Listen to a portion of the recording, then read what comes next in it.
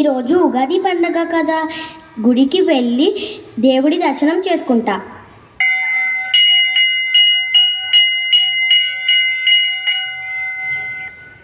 Hi Srinivas, చూసి చాలా రోజులైంది. ఉగాది శుభాకాంక్షలు. హాయ్ హరీష్, నీకు కూడా ఉగాది శుభాకాంక్షలు. మన సాంప్రదాయ దుస్తుల్లో చాలా అందంగా ఉన్నావు.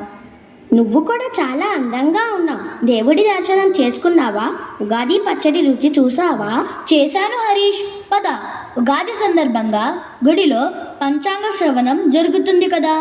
శ్రీ క్రోధినామ సంవత్సరములో రాశి ఫలాల గురించి పంతులు గారిని అడిగి తెలుసుకుందాం.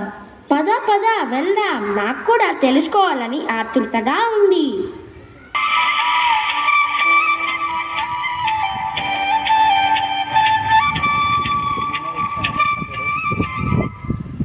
నమస్కారం పంతులు గారు.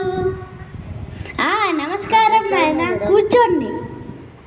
పంతులు గారు, ఈ సంవత్సరం నా పంచాంగ ఫలితాలు ఏ విధంగా ఉన్నాయి?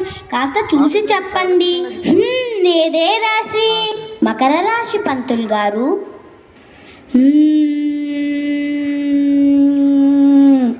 ఆదాయం 3, వ్యయం 7, రాజపూజం 2, అవమానం 7. ఆదాయం 3 వస్తే నేను 7 ఖర్చు పెట్టగలను.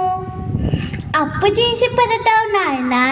ఇంకా అంతేకాదు, నీకు కొన్ని రోజులు శని అష్టమ దశలో ఉండి నీ చుట్టూ తిరుగుతూ ఉంటాడు. ఆ తర్వాత శని పోతుందా పంతులు గారు? కాదు నాయన, అలవాటైపోతుంది. నాది కూడా చెప్పండి. నా రాశి సింహరాశి పంతులు గారు. నీ రాశిలోనే కాదు, నీలోని కూడా గాంభీర్యం కనిపిస్తుంది. వ్యయం తక్కువ, ఆదాయం ఎక్కువ. అవమానం తక్కువ, రాజపూజం ఎక్కువ. అన్ని బేసిక్గా ఉన్నాయి నాయన. అయితే పంతులు గారు, ఏ పని చేసినా బాగా కలిసి వస్తుందా? మంచి పని చేస్తే అన్ని కలిసి వస్తాయి నాయన. ఇంకా నువ్వు దూసుకెళ్ళిపో. సరే పంతులు గారు, ఇంకా మేము వెళ్ళి వస్తాము. అందరికీ ఉగాది శుభాకాంక్షలు.